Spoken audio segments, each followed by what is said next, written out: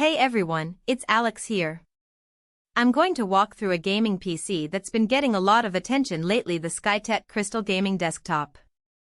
Before we dive in, I want to be clear about what this review is trying to do: help you figure out whether this box actually fits the way you game, work, or stream, and whether it's worth the cash you'll spend. Link is in the description if you want to check the product details on Amazon.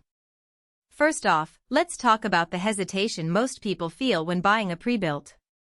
You've probably spent hours scrolling through spec sheets, reading RTX 5060 and Ryzen 5 and thinking you've found the perfect balance of price and power. Then the doubt creeps in: will it run my favorite titles at 1080p without choking? Will it handle a couple of hours of streaming on the side? And what happens when you try to upgrade it later?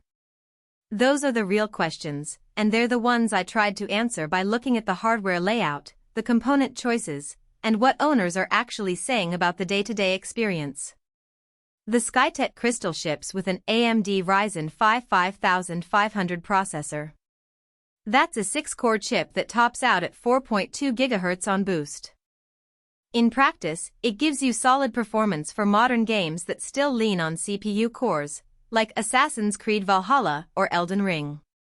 I ran a quick test on a 30-minute Fortnite session, and the frame rate stayed in the high 70s to low 80s at 1080p with medium-high settings. It means you won't be fighting microstutters, but you also won't be hitting the ultra-high frame rates you might see on a 1440p monitor with a higher-end CPU. If your main use case is 1080p gaming, the Ryzen 5 5500 is more than adequate.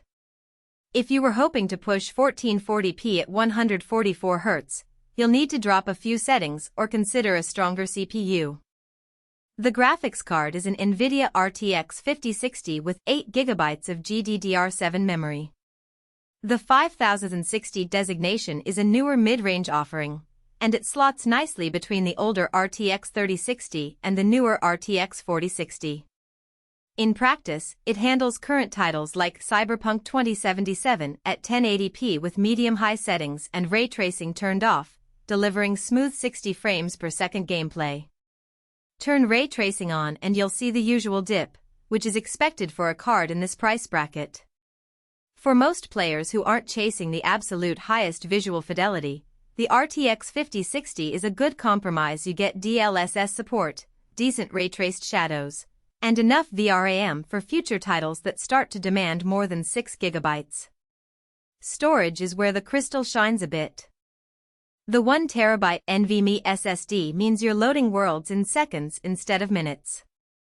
I installed 3 modern AAA games: Resident Evil Village, Horizon Forbidden West, and Starfield, and the load times were consistently under 10 seconds, even after the SSD was about 70% full. That speed translates to less waiting and more playing, which is a concrete benefit you notice right away. Now, here's a hidden trade-off that shows up once you open the case. The power supply is a 650W gold-rated unit, which is decent for the components you have, but the internal layout is fairly tight. The airflow relies on a high-performance air cooler that sits directly over the CPU. In a hot room or under heavy load, say you're streaming while gaming, the temperature's nudged up to the high 70s Celsius on the CPU after an hour of continuous play. The GPU stayed cooler, but the overall internal temps were higher than you'd see in a custom-built with more spaced-out fans. If you live in a climate where ambient temperature climbs above 80 degrees, you might want to add an extra case fan or consider a larger heatsink down the line. Speaking of expandability, the motherboard is a standard ATX with a couple of RAM slots filled by 16 GB of DDR4 3200. That's enough for most games today, but if you're the type who runs multiple VMs, does heavy video editing, or wants to future-proof for 2025 titles, you'll eventually need to upgrade to 32 GB. The good news is the board does have an extra slot for a second SSD, so adding more storage is painless.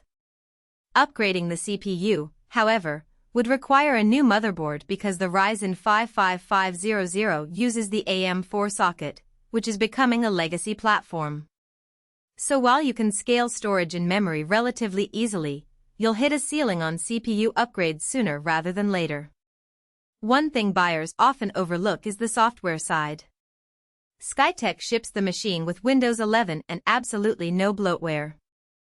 That means you won't be fighting pre-installed trial versions of antivirus or manufacturer utilities that slow down the first boot.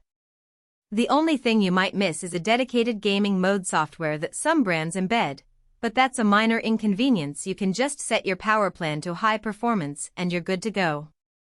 Who should consider this PC?